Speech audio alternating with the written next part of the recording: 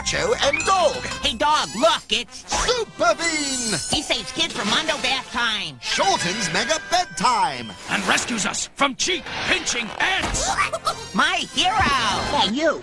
Do you know what kind of train this is? Do you know what kind of train this is? Well, do you? Hey, what gives? It was 5 minutes till midnight 4 minutes ago. Exactly. What's your name? I want you. It's Eugene. You're a great pitcher. Oh, thank you. This is my official Beatles talcum powder. Listen, I know everything there is to know about the Beatles. There's nothing I don't know about the Beatles. I'm the greatest Beatles genius in the history of the universe. Go ahead, ask me anything about the Beatles. Ask me how tall John is, and the answer come back, 5'11". Ask me when George's birthday is, and the answer come back, February 25th, 1943. There's nothing I don't know about the Beatles. Ask me anything there is to know about the Beatles. Ask me anything. Hey guys, the incredible impression here. This is the third time we're doing this. I am here today with the one and only great actor and comedian, Mr. Eddie Deezen. Hello, Zach. Thank you for having me on your show. You're welcome. Thank you so much for appearing. Sure. And sorry about the technical difficulties we had at the very beginning here. Totally okay. I'll tell you something. I'll tell you a story that's true. The last scene in Greece, you know, where John and Olivia go flying off in the car, you know? Yeah. And they do a shot of all the actors next to we all waving to the car, you know? So we all film. Remember, we're all waving to John and Olivia, and they look back and wave. Okay, we shot that scene. The next day they came in, they go, oh, we're going to have to do that scene over again. Somebody forgot to put film in the camera. Oh. So even, you know, it happens to everybody. They made a mistake. But that scene was filmed 2 days in a row. It's not known as Grease Trivia, but it's a true story. Wow, that's incredible. Yeah. I did not know that. Yeah. Now, I'm pretty sure some glitch happened. I'm 90% sure it was that they didn't put film in the camera, but something might have gone wrong with the film or something. But something screwed up the first day, and they thought they had it. And then we had to do it the next day. It was an easy scene. It's just that you need to get everybody together. There's like, you know, dancers and extras and the whole cast, except for John and Olivia, the whole cast is there. So there's like hundreds of people there, and we all had to wait. So just getting it all into one shot was kind of hard. Yeah. And you had an interesting story about how you actually got the part. I got Grease. Yeah, Grease was my very first audition. I was a young kid in Hollywood. I'd been out there for 2 years. I worked at the Comedy Store. I did stand-up comedy. The Comedy Store. Yes, and I did good in Hollywood. I did too, and I got good applause. Then Mitzi, the owner of the Comedy Store, yes. She moved me to Westwood. She's like Pauly Shore's mother. Right. She moved me to Westwood, and I tanked. For some reason, they introduced me as like being 15 or something. We have a new comedian here. His name's Eddie Deezen, and he's 15 years old. They introduced me as like being 15 or 16 for some reason. Wow. I was I think 19. And they introduced me, and it just died. They go, here he is, Eddie Deezen, and they applaud. Sure, but will you respect me in the morning? That was my opening joke. Isn't and that it just something Johnny Carson always said? Something like that, yeah. You love me tonight, but will you respect me in the morning? Exactly, and you expect to get a laugh, you know, even a courtesy laugh. I'm thinking Johnny might have stolen that from you. Even. Yeah, really. That would be funny. You might have to go to court with that one. Well, you realize remember how good Johnny was when he got crickets? Remember, Johnny would do a joke and it would just die, you know, crickets. Right. And he had the funniest reaction, remember? Yeah. But I wasn't savvy. I was just a kid, and I was overwhelmed. You could actually tell jokes and nobody would laugh. It's like, it's a severe reality adjustment. Definitely. Where were we? Oh, yeah, how you got the part in Grease. Okay, Grease was my first audition. Mm-hmm. My agent got it for me. I went in, I put on this is pre-Pee Wee Herman, but I put on a white Pee Wee Herman suit. I bought an ice cream suit with a red tie. And because it was called Grease, this is, Eugene, you know, is a nerd. He doesn't know, but I bought a bottle of Vitalis, and I put all this grease in my hair. I figured, oh, grease, I want my hair greasy. And I put like a ton of Vitalis, and my hair is all greased down. So I go into the audition, and there were 3 guys there. There was Randall Kleiser, our director, Joel Thurm, the casting director, and Alan Carr, our producer. Mm-hmm. And I went in and I read the line. You know, Eugene has like 4 lines. And I go, hi, I'm Eugene. Oh, I could throw a baseball. And like that. And they were nudging each other, Zach. They were like, and I noticed they were. Then they said, read it again. And I looked at, you know, you could see, you know, you're kind of reading your line, but I was looking. Yeah. So I thought that's a good sign. They're nudging each other. So anyway, I get home like a day or 2 later. They call me and say, oh, we want Eddie in the movie. We want to hire him to play Eugene. Wow. And of course, I was over the moon. You know, I'm going to be in this movie with John Travolta. I called my parents, my family. I called all my friends. I'm going to be in a movie with John Travolta. Can you believe it's called Grease? Da, da, da. Anyway, about 2 or 3 days later, Paramount called. They said, Eugene's a very small role. We decided we're going to write it out. We're not going to have him in the movie, so we don't need Eddie anymore. And, you know, I wanted to jump off a cliff, you know. They pulled the rug out from under me. So anyway, my agent said, I'm going to come over and get you. So she comes over and picks me up. She goes, we're going to go to church and pray. I go, you know, I'm Jewish, right? He goes, yeah, that's fine. So we go to the church. It's called Our Mother of Good Counsel Church on Vermont. I've heard of that. Yeah, it's still there in Hollywood. Yes. It's off Hollywood and Vermont. If you go to the House of Pies, it's right across the street from the House of Pies.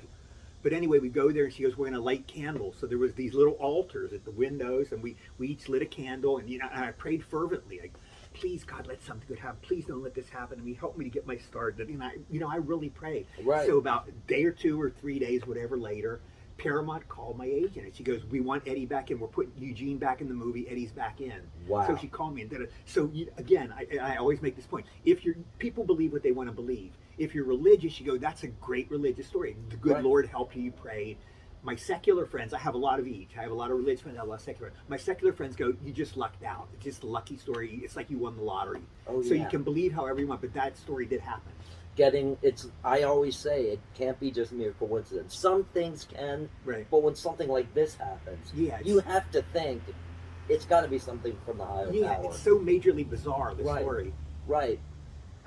There's something else I wanted to ask you. Sure. Sha Na Na, the band that was in there. Yes.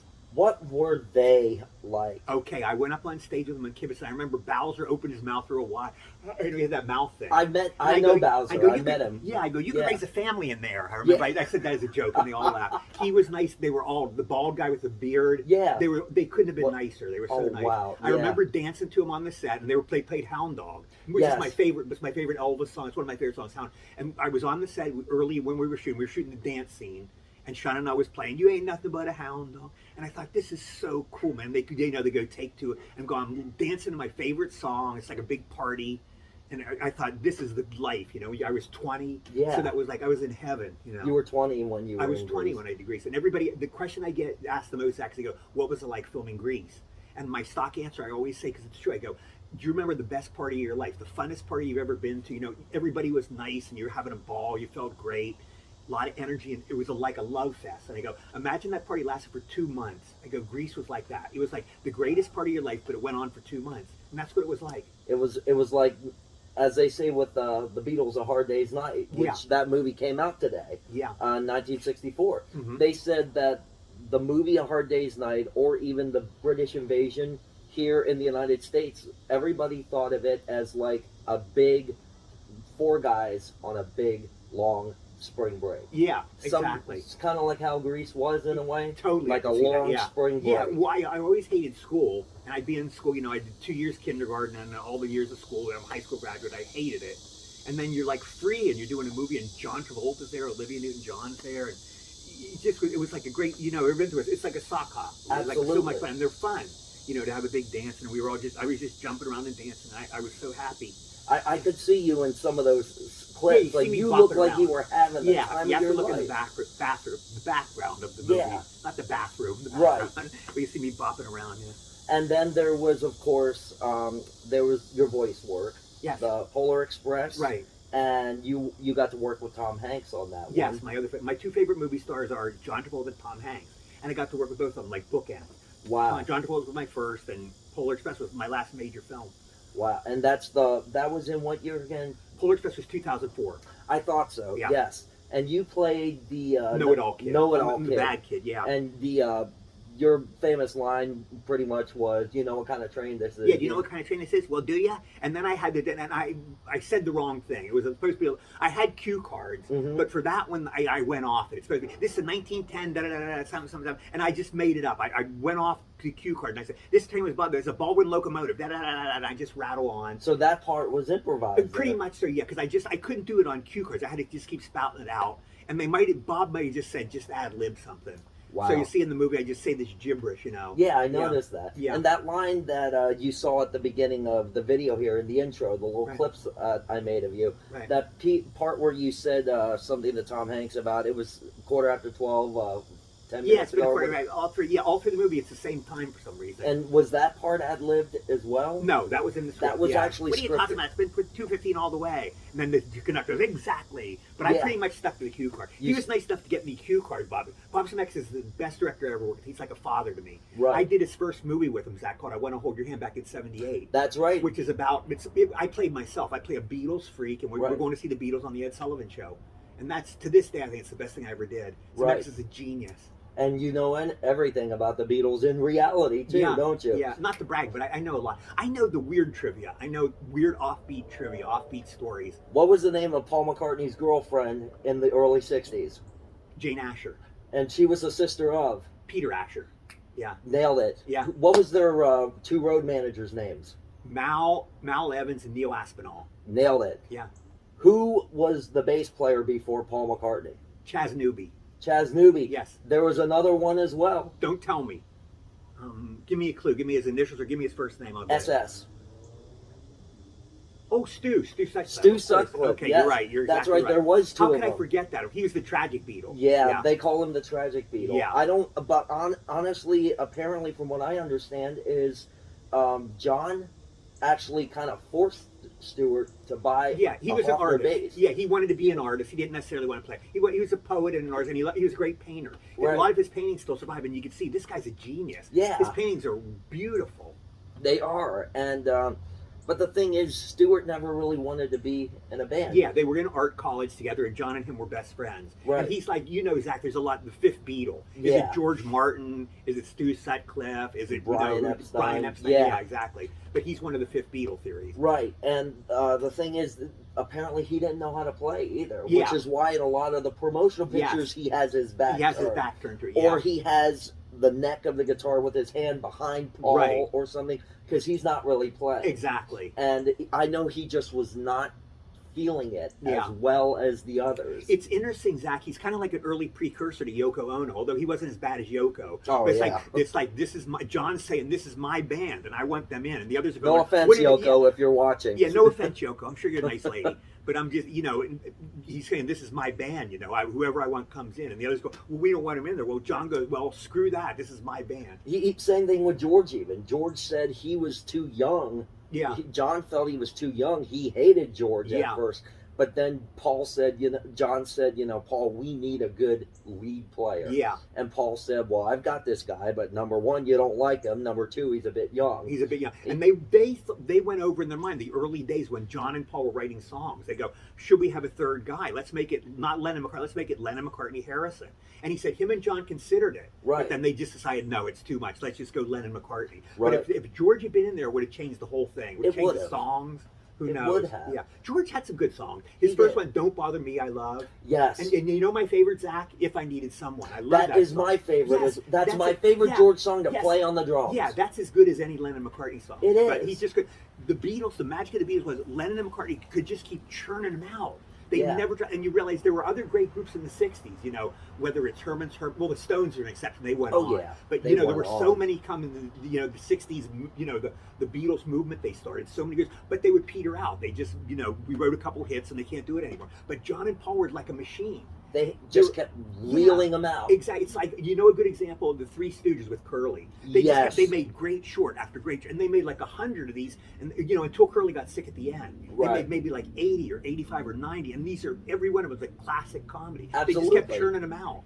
Yes, definitely. And the thing is, though, I understand that George also was upset near the end because he had all this new songwriting Yes. inspiration. Yeah. And they could only pick certain ones to go on the Yes, he album. was growing, and his two most acclaimed songs were on the last album. Right. He finally, George was always the fifth wheel as a songwriter. It was Yeah. like, who could compete with Lennon and McCartney? Nobody could, But then he gets Something, and Here Comes the Sun. Here Comes the Sun, and that would, these are the greatest songs ever.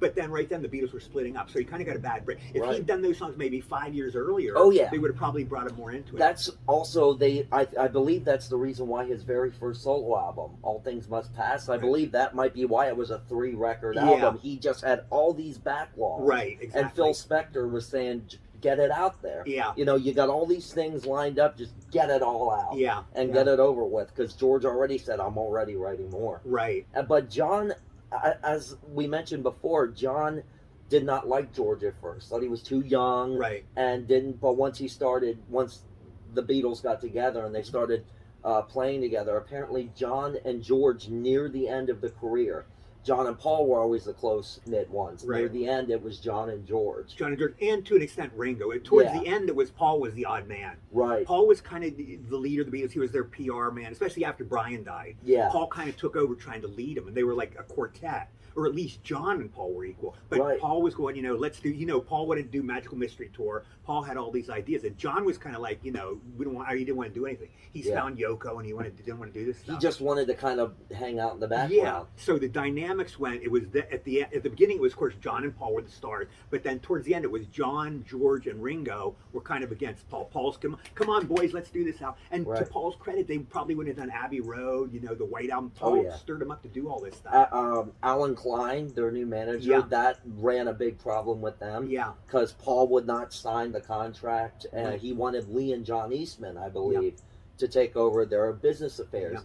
The other three disagreed. You've heard the great story. Have you heard this act? The great story where Paul went to the house. He went to John and he goes, "It's you three guys, and I feel like I'm left out." That and was John Ringo, I believe, that did Ringo. that. Okay, Ringo. Yes, and Ringo did that. And then John goes, "I thought it was you three." You three. And then Ringo went to Paul's house. He goes, "Yes, you guys are all so close. I'm left." And Paul goes, "I thought it was you three." Yeah, I've heard that story. so many times. It's like it's viewpoint. It's just the viewpoint of how it was. And you actually have. We were talking during lunch. You have an interesting Ringo Starr story and an interesting Paul McCartney story. Well, the Paul stories are better because Paul's a real. Paul McCartney, I did a show called Punky Brewster in the 80s, and one of the stars on the show was named George Gaines. He was a really cool guy. Punky, does this thing. Hello, Punky. Hello, Eddie. He had that voice. He's in the Police Academy films. George Gaines, this distinguished actor, and he knew I was a Beatles fan. So one day I come on the set, he goes, "Eddie, you're a Beatles fan." He knew it, and he goes, "I got you tickets to the Tonight Show. Paul McCartney's going to be on it." So it's like the greatest gift anybody gets. Johnny Carson, right? Johnny Carson, yes. yeah.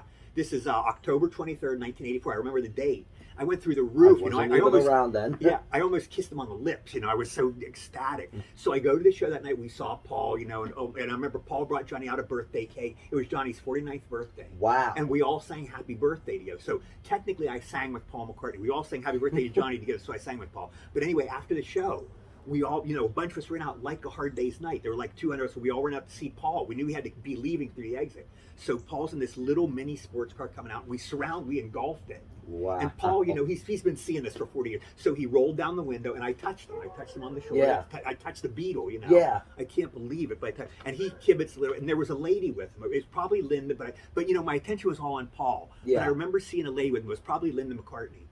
But that I'm not sure. But anyway, Paul's leaving. He's slowly going off. He didn't speak because the crowd was too thick. But you have to get through the crowd. So and I felt this weight on my foot, Zach, like an elephant. It was like Chris Christie had smashed my foot. It's like, oh! And I realized I think his car drove over my foot. It was either that or a tremendous fat guy. I don't know what it was. But it's weight like you couldn't imagine. It broke. It didn't break any bones, but my foot was sore for a couple of days.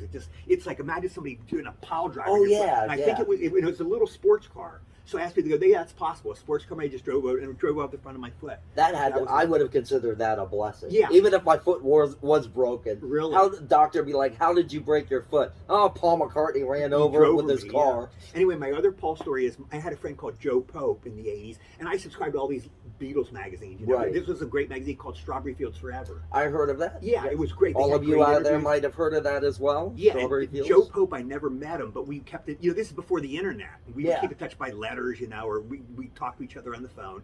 And he said he interviewed Paul, which was a great interview in the magazine. And he said, "Did you ever see a movie called I Want to Hold Your Hand?" And Paul McCartney did an impression of me. He goes, "And the answer come back. And the answer come back." And he said, "Paul did me." So that drove me through the roof. That had to be a blessing. I'll tell you real quick, my George story. I was at the Beverly Center this was December 22nd, 1987. This was always on my bucket list, one of my fantasies, even though I'm Jewish. I'm a Christmas nut. Christmas is my favorite holiday, and I always wanted to play Santa Claus. So we were there sitting, me and my friends, my Uncle Tony and my friend Steve. We were there and we were smoking cigars. So a lady came up to us. "Our regular Santa didn't show up. Do any of you guys want to play Santa Claus?" So I went to me. I want to do it, I'm like Horseshack, ooh, me. So they sent me, I weighed probably like 120. I'm way skinnier than I am now. They put a big pillow on me. They put a Santa Claus suit on me and the beard, and I played Santa Claus. Blah, blah, blah. So anyway, did it for like 45 minutes. They go, "You can take your break, take a 15-minute break." Right. So I took the pillow off. I have a soaking wet T-shirt and Santa pants on. I took the beard off, and I had the black boots on. So I was just lounging around. Over at the bookstore, I looked to my left. George Harrison's coming out. A big bodyguard on each side, a huge giant guy on each side of him, and nobody was there. Now either they didn't know George or recognize him, or they were scared because the bodyguards were intimidating. But it's like, you can imagine these are like two mafia guys, you know. Oh, yeah. Because, you know, this John had been shot like 7 years earlier. George is probably very proud. And also, George is a very reclusive guy. He didn't. Whereas Paul is like, you know, hi, I want to say hi. He's very. Yeah. George is kind of in flow. You can see George, the flows were in. Don't bother me, leave me alone. So that kind of put me off too.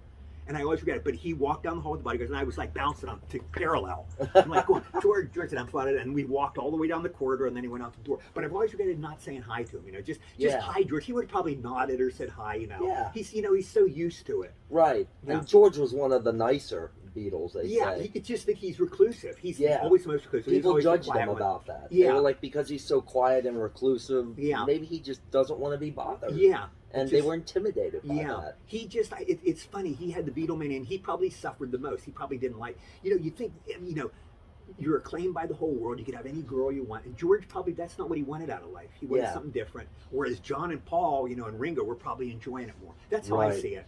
Yeah. Yeah. Now, before we end, there's one last subject I want to bring up to you. Sure.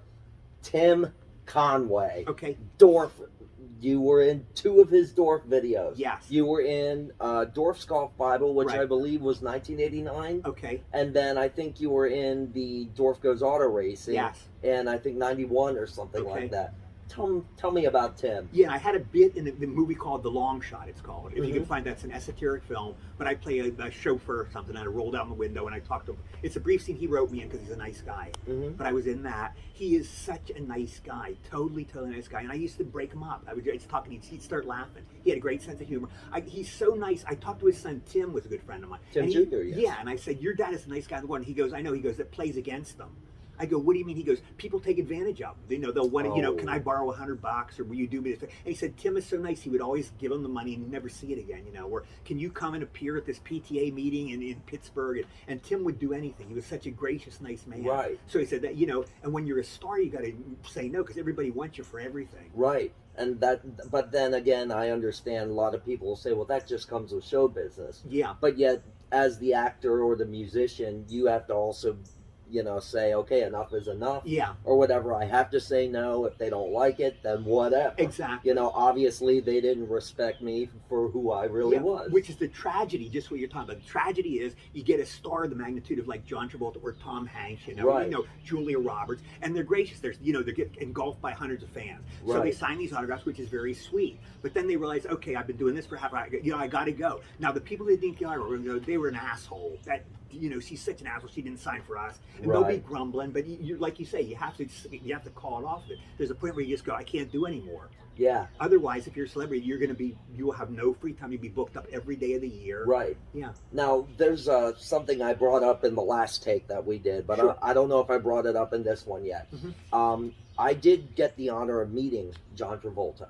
He came to my hometown in Palmyra, Pennsylvania to film Lucky Numbers. Okay. I don't think it was a very well-known movie anymore. It was like, I don't think the box office really compensated for it. I don't think they did. And but he was filming at Penn National Race Course. And my dad got me out of school early that day to go and see him. I had no idea, though, that my dad had insider information from a security guard that worked there that told my dad about it. My dad got me out of school. I had no idea why he was doing it. And I thought when he finally told me, I said, this is weird. My dad was a stern, strict father. Go to school, get your education. You don't play hooky. You don't get out of school early. Right. So when he picks me up and says, we're going up to Penn National to watch them film, I'm sitting there going, there's got to be something wrong with this. Was he a John Travolta fan? Yeah. Okay. He really, well, maybe he wanted to see him himself. I don't know, but later on, because we went there and we were up on, this is before the Hollywood Casino moved in. It was just Penn National and they were undergoing a ton of renovations. So we get up there to the 3rd floor at the time. They were going to be filming on the 4th floor.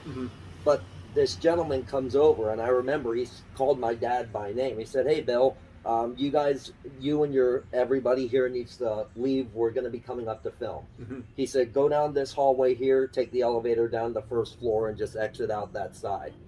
So we take the elevator. I've got my Grease album in my hand. I'm like, oh, I lost it. It was their last day of shooting in Palmyra, in the area too, because we all knew they were going back to California the next day to film on sound stages, just get the unfinished things. Right. So I'm on the elevator. I'm like, this is terrible, and I'm all somber, and then the doors open, and there he is, and I was like, yeah, is this happening? Yeah. He was so kind, Yeah, so generous. I thought of him like as he was Jimmy Stewart. I felt like I was talking to a lovable father figure. I could see that, yeah. And he signed my album, and he took a picture with me. As I said, if it's not on this clip already, I'll put it up on the screen for you guys to see. But his handlers and bodyguards and the filming company were saying, we got to get you upstairs, we got to move. You're due to be on set in like 5 minutes. He promptly said to them, do you mind? I'm trying to communicate with my fans here. I'll be up when I'm done. And I'm thinking, wow, he's not like any other actor. Yeah. He's a gentleman. Yeah, totally. And, but yeah, that's my John Travolta story. That's a great story. Anyway, and he actually used to live in our area where we live. He lived in Ocala. He had a big estate there, but after Kelly died, I guess the memories of her and him, because they lived together there, their whole marriage. Right. So he put the estate up. Is he married now to some new lady or what? I'm not sure exactly. Okay. I have a friend on Facebook. His name is, what is his name? Jude Montoya or whatever. He's out in Albuquerque. And he was John Travolta's stunt double for a couple movies. I forget which one it was. Face Off? Might have been. I love that movie. That movie is great. That's his most underrated film. I love that. I know. Movie. How could it be underrated then? Yeah. That's what I said. Was it a hit at the box office? I just love that film. With Nicolas Cage. The only Nicolas Cage film I like better, I'm a nut for this, Zach. I don't know if you know Matchstick Man. Have you ever seen? Matchstick Man? You gotta see it. It's a great movie. I'll check that out. Matchstick Man, it's so good. That's my favorite Nicolas Cage film. Oh, wow. I gotta check that out. You know Sam Rockwell, the actor? Yes. Yeah, he's in it. Yes, he's Sam Rockwell. They're con men. Him and Sam Rockwell are con men, but I won't give it away, but you gotta see this movie. I'll definitely check that out. What are your future plans and goals? Well, I'm living here with Stevie and his beautiful wife Denise. They're taking care of me. I had open heart surgery in 2020. My heart went bad. Oh, no. And some bad stuff happened after that, but I'm doing okay now. I was out of the hospital in January. I've been living here in South Carolina, and I love it out here. The people were wonderful, good restaurants. I'm very, very happy here. But hopefully a miracle happens so I can get back into movies. We'll see. Before I got Polar Express, this is what I would say. I felt the same way, like 2002, 2003. I go, my career in movies is over. I pretty much shot my wad. I'll never get another movie. And then out of the clear sky, Bob Zemeckis called me. We're doing this film called Polar Express. Will you be in it? So I'm hoping a miracle like that will happen. I've had miracles happen in my life, so I'm hoping a miracle like that will happen. But if not, I don't regret it. I'm happy. Stevie and I do a lot of podcasts. He's my manager. He sets me up for podcasts. We do a thing called cameo videos. We do those. Right. Say hi to Mary. It's her birthday. Say happy anniversary to my mom. We do those. We like doing that. Yes, check out his cameo video. Please. And also check him out on Facebook. He's got I'm a Facebook nut. That's how you and I met originally. I'm a Facebook nut. I write my jokes every day. Yep. I love doing it, and I love to read. Reading's good. I have like 10 or 12 backlog books. I'm literally the supreme nerd. I can sit with a book and be happy all day, just in my room with a book, and I'll eat, and then I'll read. That's where I was when I was a kid. I read the Hardy Boys books or whatever, but I just love books. And you love Laurel and Hardy, comedy classics, yes. The Three Stooges, I love the Three Stooges, Abbott and Lewis, Costello, Charlie Chaplin, yes, I love, all the great. The Buster Keaton, I love. Buster Keaton, I love the fact that Buster Keaton did his own stunts. Yes. And some of them look so dangerous. He was unreal. Well, you know how I compare them? They're the two top. Buster Keaton and Charlie Chaplin are the greatest ever. They're the two tops. Yes. The two greatest dancers were Fred Astaire and Gene Kelly. Yeah. Charlie Chaplin is Fred Astaire. He's like almost graceful like a woman. Yeah. He's so grateful. He has these womanly, almost feminine moves. He's so graceful because women are more graceful than men. That's just a fact. And Buster Keaton is like Gene Kelly. He's like the strong guy. I'm going to do this. And you see Gene Kelly do these things. He'll lift up people and he's doing these strenuous things. So that's how I always get the analogy there. So that's how I see him. Right. And just one last thing I'm going to ask you. Do you do any impressions of people? I do. I'm bad. Mine are bad. What's Jimmy Cagney. Oh, you dirty rat. Oh, you're the rat that killed my brother. Oh, you're the rat that killed my brother. Yeah. That one's good. Okay, I'm trying to think who else. This is terrible. You do better. which Clark Gable. I don't. Scarlett? I always thought there was a chance we had Bonnie Blue, but that's over now. And frankly, my dear, I don't give a damn. That's pretty good, actually. Gable, yeah. And you, as you know, do you remember Carol Channing? Carol Channing. Yeah, that's it, exactly. If I go ahead. You got, hello, Dolly. Well, hello, Dolly. It's so nice to have you. I sound like Peter Lorre, don't I? Peter Lorre. Yeah. Oh, Peter Lorre. Oh, Rick, the Falcon. You got the Falcon, Rick. I want the Falcon. Peter Lorre and Carol Channing are interchangeable. I just realized. Yeah. That's about them. You do better impressions. I wouldn't say that, but I mean, Jimmy Stewart's one of my best. That's a good Jimmy Stewart. I'm still kind of working on John Wayne. Yo. That's a good John Wayne. Yeah. Yellow Pilgrim. See, I can't do John Wayne. Pilgrim. Yeah, you got to get those Pilgrim wagons in a circle. Yeah. And I've been trying to do Johnny Carson for ages. He had hard, that very distinct pattern. Yeah, he had a stiff body to yeah. Yeah, exactly. Yeah. That one, and I can do Rodney Dangerfield pretty good. Let's see Rodney. All right, what a crowd! Hey, what a crowd! You know I'm all right now, but last week I was in rough shape. Good. I don't get no respect. No respect. I don't get no respect That's a good at Rodney. all. Very good. And you heard me at lunch do a bit of Tim Conway as Tudball. Okay. Around the Mrs. Huygens, you know.